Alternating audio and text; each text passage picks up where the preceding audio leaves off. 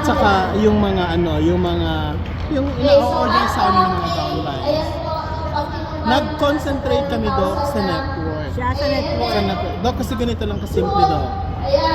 Influential kayo, doktor kayo. Di po ba? Pag nireseta po ninyo yun, pag maganda po ang resulta sa kanila, babalik at babalik po sa inyo yan. Magpapareseta ulit sa inyo Doc. Ang gawin ninyo Doc, sa kanila i-explain ngayon yung negosyo.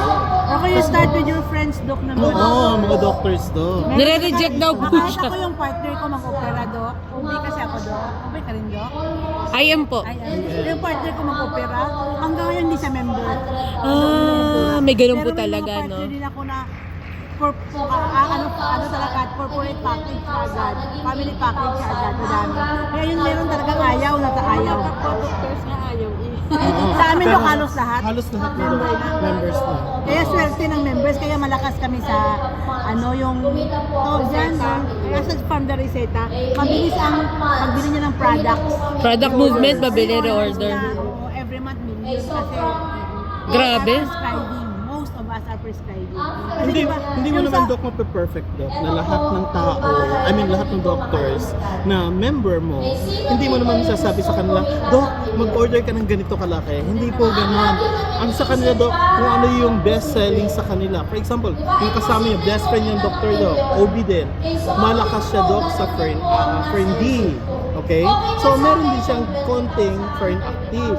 Di ba? So, pero wala siyang milka Doc. Hindi siya nag-milka. Ayaw niya ng milka. Okay lang yun Doc. Kasi makakahanap ka naman Doc, yung boss nila, head ng OB. Lahat naman yung Doc na ino-order sa akin, milka naman. So, kanya-kanya sila ng korte. Kung saan, yun lang Doc, isi-serve mo lang sila ng maayos. Iyaano mo lang sa kanila Doc. Ilalatag mo lang sa kanila ng maayos. Doc, yung mga negative mo Doc na mga kasamahang doctors Doc. Alam mo kung bakit sila negative Doc? Dahil hindi nila naiintindihan ng negosyo ka Doc. Pero alam mo Doc, kung gawin mo Doc, dahan-dahan mo lang Doc. Huwag mo silang paupuin mo ganun. Huwag ganun Doc. Ang gawin mo sa kanila Doc, alam mo,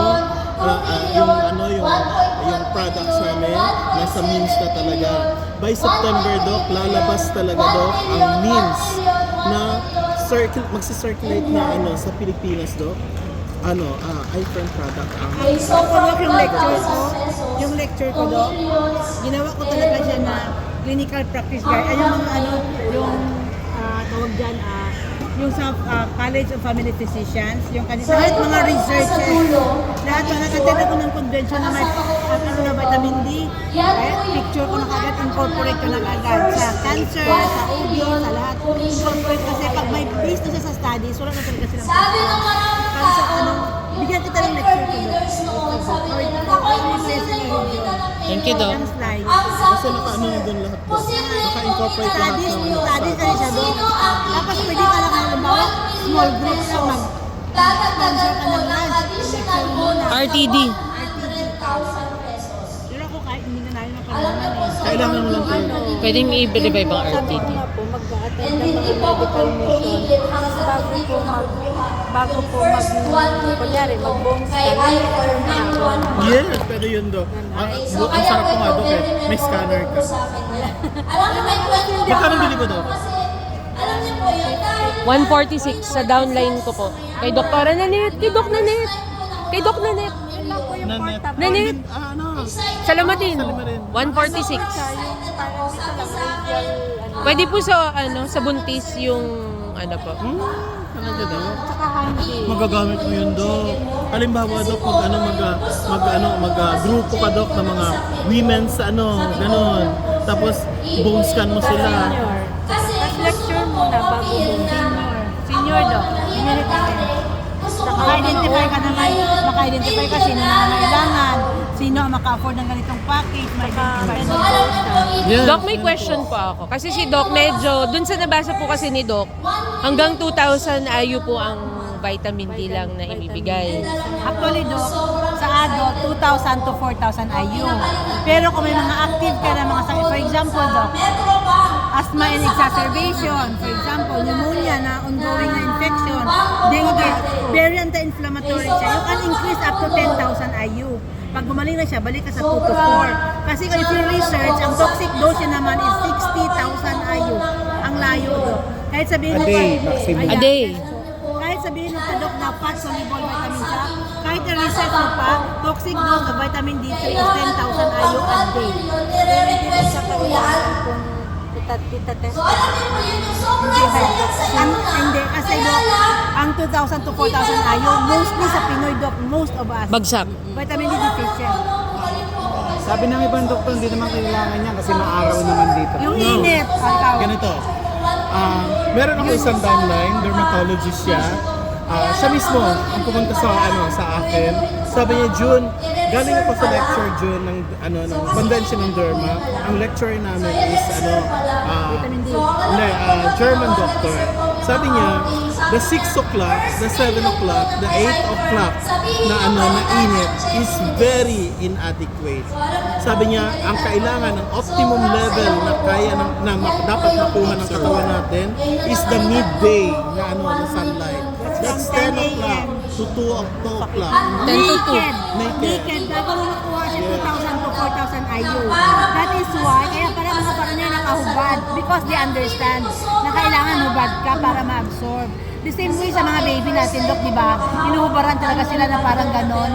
No, ganon din sa 30 minutes a day po. Oh, so ibig sabihin yung 2,000 to 4,000 IU, makukuha mo if you expose yourself to the sun from 10 a.m. to 4 p.m. naked. Siyempre, mag-cancer ka na noon, mag-stroke ka na noon.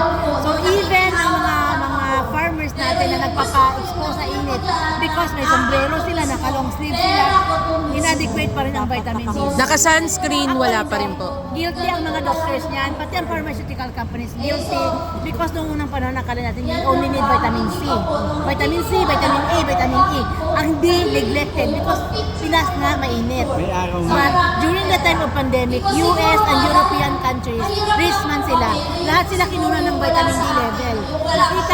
Nakita nila na 90% to 95% of ICU patients, 90% of deaths were vitamin D deficient. So doon lumabas ang the vitamin D solution na siya ang major determinant sa well-being ng tao.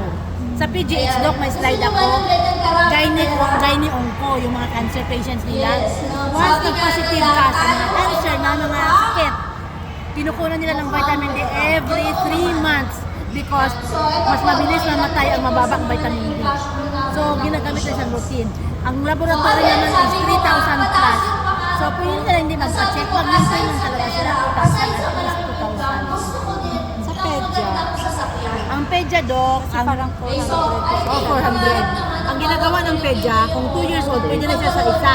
Piniprick nila or kinutube. Ngayon, may mga vitamin D na bago na 400 IU para sa bata.